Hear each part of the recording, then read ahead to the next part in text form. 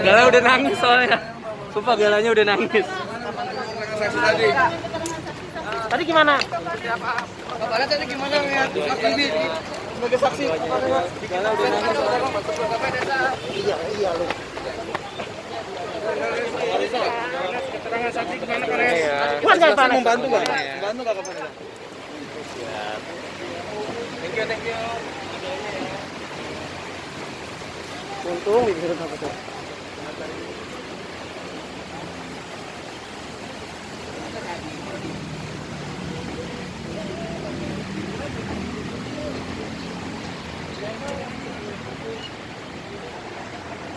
Ya Trans gak boleh liputan lagi.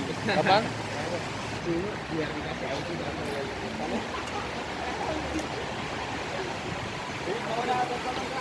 Dikit aja dong Kak. Dikit aja Kak. Aduh, Kak, doa kakak gimana Kak? Kak, doa kakak di tengah tekanan ini seperti apa Kak? Doanya gimana Kak? Sehat ya babynya ya. Sensor boy, anak boy.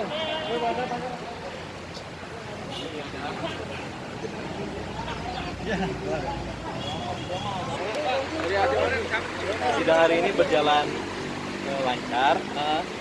Jadi kita dengar ada 4 saksi ya. 4 saksi, tapi sayangnya Pak Abdul Malik juga belum hadir. Jadi kata penuntut umum akan dihadirkan lagi minggu depan, jadi dipanggil lagi. Itu sih. Kan sempat ditunda tuh Bang Senin besok tuh gimana Bang? Itu mau dapat kapan? Dari besok itu gimana? Kan katanya kan tadi kan ditunda tuh sidangnya kan. Terus besok diadakan lagi. Ya, depan sidang lagi. Ada 3 orang, 3 saksi dari umum. Pertama ada Haji Abdul Malik, kedua ada dokter dari ahli ID, yang ketiga, yang terakhir itu dari dokter Maswati Maas. Itu saksi dari itu.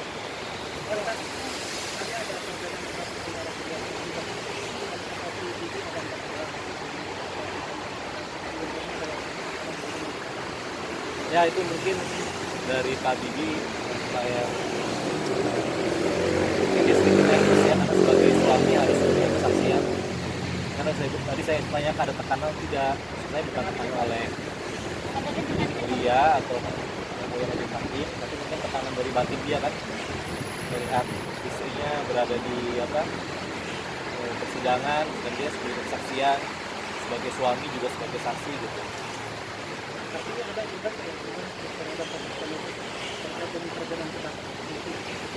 Mengenai perbedaan pendapat nanti kita lihat yang mulia majelis hakim menilai seperti apa. Tapi ada memberatan dan sebelum dari saksi-saksi yang 4 yang dihadiri tadi. Mengenai memberat atau tidak, nanti kita lihat pada saat pembuktian selanjutnya. Nanti kita masih menunggu 3 saksi lagi. Tadi kan hanya saksi penangkap, terus security.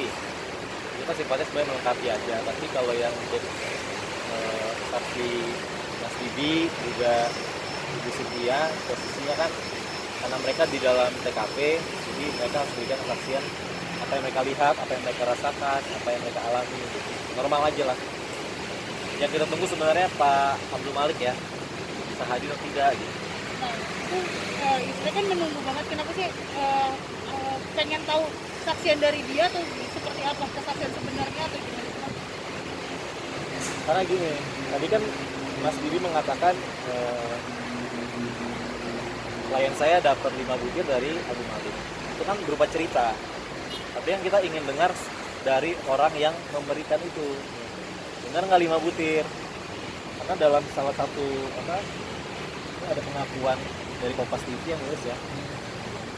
Tulis di halaman 2-nya bahwa Pak Abdul Malik memberikan 5 butir gitu. Di paragraf ini kan. Abdul Malik mengakui bahwa ia memberikan 5 butir ke Sanas kepada Vanessa Angel. Kita mau periksa lagi pada saat pembuktian, benar nggak sih dia kasih 5 butir? Tadi kan jaksa udah minta virtual, ya. Kalau bisa virtual nggak apa-apa juga gitu. At least dia bisa kasih kesaksiannya, benar nggak dia kasih 5 butir? Atau dia punya pendapat pribadi sendiri gitu.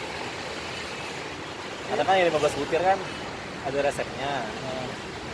Resepnya diberikan oleh dokter yang minggu depan akan dihadirkan sebagai saksi. Nah yang 5 butir ini kan penting juga. Kenapa? Karena ada sangkut pautnya dengan Pak Abdul Malik gitu. Karena kesaksiannya jadi nggak lengkap kalau Pak Abdul Malik nggak hadir. Kalau hanya melalui BAP ya masa kita percaya BAP tanpa dengar sendiri dari orangnya. Itu sih.